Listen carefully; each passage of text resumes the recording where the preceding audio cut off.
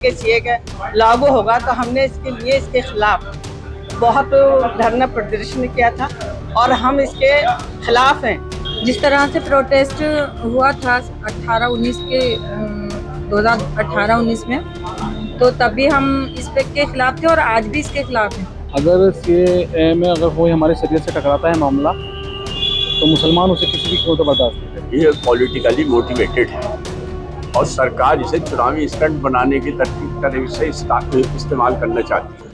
Ma'am, जिस तरह से सीए उत्तराखंड में लागू हो रहा है, पूरे हिंदुस्तान में भी होगा, संभल में काफी धरना प्रदर्शन आप लोगों ने भी उसका नुमाइंदगी की थी, क्या कहना है इस बारे में? देखिए, ऐसा है कि इसके जब ये सीए की आवाज़ निकली थी, सरकार ने ये आवाज़ें निकाली थी कि सीए का लागू होगा, तो हमने इसके लिए इसके खिलाफ बहुत धरना प्रदर्शन किया था और हम इसके खिलाफ हैं।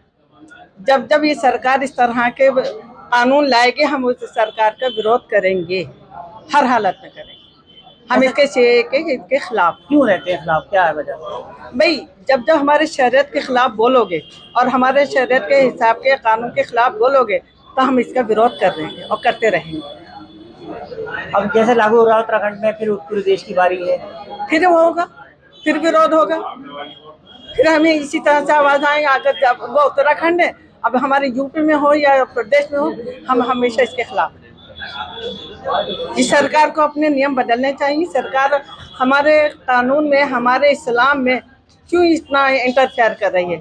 अपना और कानून देख, ये हमारा कानून बदलने की जरूरत क्यों कर रही है? उत्तराखंड में लागू हो रहा है, फिर पूरे देश की बारी है। आप लोगों ने सीए को लेकर धरना प्रदर्शन भी काफी किया था, अब क्या मानते हैं इसको जो लागू हो जाएगा तो? जिस तरह से प्रोटेस्ट हुआ था 18-19 के 2018-19 में, तो तभी हम इस पे के खिलाफ थे और आज भी इसके खिलाफ हैं। उत्तराखंड में इसको 7 दिन के अंदर लागू करने के लिए कहा गया है, तो गलत है। अब हम इसके लिए फिर से धरना प्रदर्शन करेंगे अगर नहीं हटाया गया तो। इलेक्शन आते हैं तभी ये मुद्दा उठाया जाता है, ऐसा क्यों? हम सरकार से सवाल करना चाहते हैं, ऐसा क्यों? क्या मानते हैं इसको सीए को लेकर, और क्या मन में आपके है? थोड़ा सा काट दो। 3 तलाक का मुद्दा है या हमारा इस्लामिक कोई मुद्दा है, अगर हमारा कोई फ़ायदा है इसमें तो लागू किया जाए। अगर इसमें नॉन मुस्लिम भी है, वो भी हमारे सपोर्ट में है, सीए क्यों लागू किया जा रहा है? इसके लिए हम उल्लंघन करते हैं। अगर हमारा इसमें कुछ बेनिफिट है तो हमें कुछ एतराज़ नहीं। संभल में भी काफी धरना प्रदर्शन चला था, आपके मन में ऐसा डर क्या है, और सीए अगर लागू होता है तो क्या परेशानी होगी? जहाँ तक मुझे अभी इत्तला मिली है कि उत्तराखंड गवर्नमेंट जो है वो 2 दिन के अंदर अभी सीए लागू करना चाह रही है। अगर सीए में अगर कोई हमारे शरीयत से टकराता है मामला, तो मुसलमान उसे किसी भी कीमत बर्दाश्त नहीं करेगा। और अगर कोई शरीयत से नहीं टकराना है, सीधा साधा मामला है, तो उसे देखेंगे अभी, और हमारे जो उलमा इकराम हैं उनसे विचार किया जाएगा। तो इसमें क्या करना चाहिए? अब आपने देखा ही है कि संभल में पहले भी काफ़ी बड़े पैमाने पर धरना प्रदर्शन हुआ था सीए के खिलाफ, और यहाँ तक कि मेरा ताल्लुक है सीए का बार बार लाना जो है ये सिर्फ मुसलमानों को भ्रमित करना है, कि मुसलमानों को डराना है।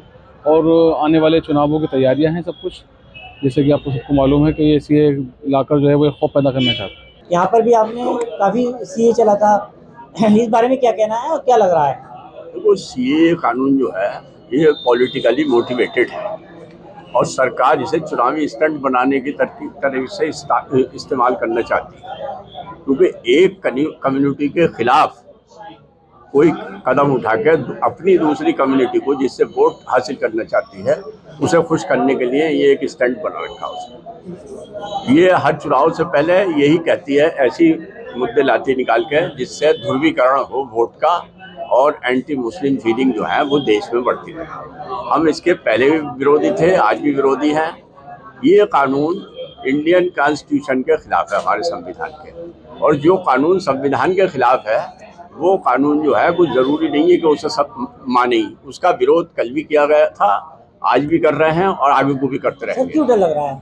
नहीं, डरता कोई नहीं है, संविधान बचाने की बात है ना। हम चाहते हैं ये देश जो है सेकुलर है, इसका संविधान सेकुलर है। इस सेकुलरिज्म को ख़त्म करने की जो भी साजिश कर रही है सरकार, हम उसके विरोधी हैं। और धरना प्रदर्शन भी किया गया था। हाँ, प्रदर्शन भी किए गए, जेलों में भी गए, मुकदमे भी दर्ज हुआ है, वो मुकदमे अब तक विचाराधीन हैं।